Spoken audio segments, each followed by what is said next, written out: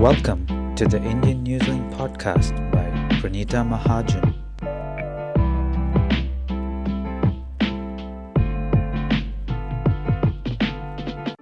Hello, everyone, and welcome to the Indian Newsling podcast.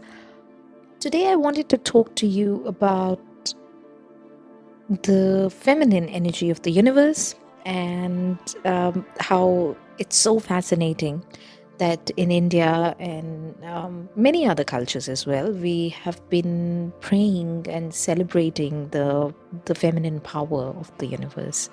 Of course, it's the power of recreation, it's the power of nature, Mother Nature, because in India we've had the concept of Prakriti till from time immemorial. We have prayed to Mother Nature for the sheer amount of bounty of goodness that we've got from her. And we recently celebrated Navratras. In North India, we have two Navratras in the year. So just a couple of days ago, we concluded the 9 days or the Navratras of praying to the female energy or the goddess. Now, in these prayers, one very fascinating deity that stands out is the goddess Kali. I am very impressed by the manifestation of the female energy as Kali and Durga. So Kali, the term itself, means she who's black, or she represents death and everything dark in the universe. She is the goddess that she represents doomsday. She's the manifestation of death itself.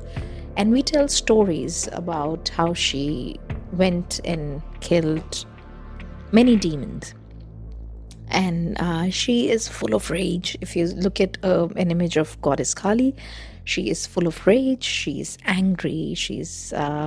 You can see that there is a lot of pent-up anger in her. And I think just relating that to the recent events that we've had, whether it's COVID or the floodings or the cyclones, earthquakes happening all over the world, you kind of understand how Mother Nature, when she's angered or when she's disrespected, and when we as humans don't give enough value to all the goodness that we have, how it can turn into disaster really quick. And Kali, I think, is a manifestation of that. She is very, very strong. I think she is anybody's worst nightmare when she's angered. But she also represents the anger or the frustration that every female has faced or experienced some point of their time, I feel. We always expect women, girls, to behave in a certain manner. Their demeanor has to be perfect. They have to talk a certain way. They have to look a certain way. And Kali is none of those. So when you're praying to Kali, you pretty much break all the predicaments. You break all the rules. Because that is what she is. She represents breaking those rules, breaking those barriers, and just letting, just venting out that anger, that frustration that she has. And that's what makes it beautiful. It's so beautiful that we celebrate that aggression. We celebrate that feminine aggression more specifically. And I just wanted to share that with you. And I think it's a beautiful thought.